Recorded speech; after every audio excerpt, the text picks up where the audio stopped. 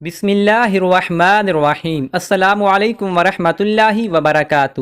حضرت عائشہ رضی اللہ عنہا سے روایت ہے کہ رسول اللہ صلی اللہ علیہ وآلہ وسلم نے فرمایا، جو اللہ کی ملاقات کو پسند کرتا ہے اللہ بھی اس کی ملاقات کو پسند کرتا ہے، اور جو اس سے ملنا ناپسند کرتا ہے تو اللہ تعالیٰ بھی اس سے ملنا ناپسند کرتا ہے۔ حضرت عائشہ رضی اللہ عنہا فرماتی ہیں، میں نے عرض کیا، یا رسول اللہ، کیا اس سے مراد موت کو ناپسند کرنا ہے؟ پھر تو ہم سب ہی موت کو ناپسند کرتے ہیں۔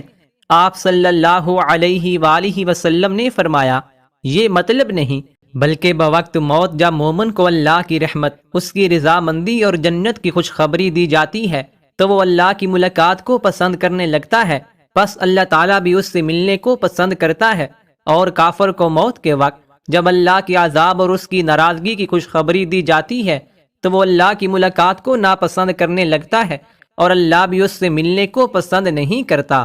حضرت ابو ہریرہ رضی اللہ عنہ سے روایت ہے کہ رسول اللہ صلی اللہ علیہ وآلہ وسلم نے فرمایا، 3 آدمی ایسے ہیں، قیامت والے دن اللہ تعالیٰ ان سے کلام نہیں کرے گا، نہ ان کی طرف رحمت کی نظر سے دیکھے گا اور نہ انہیں پاک کرے گا، اور ان کے لیے دردناک عذاب ہوگا۔ ایک وہ آدمی جو جنگل بیابان میں ضرورت سے زائد پانی پر قابض ہے، وہ مسافر کو بھی اس کے استعمال سے روکتا ہے۔ دوسرا وہ آدمی جو عصر کے بعد کسی آدمی سے اپنے سامان کا سودا کرے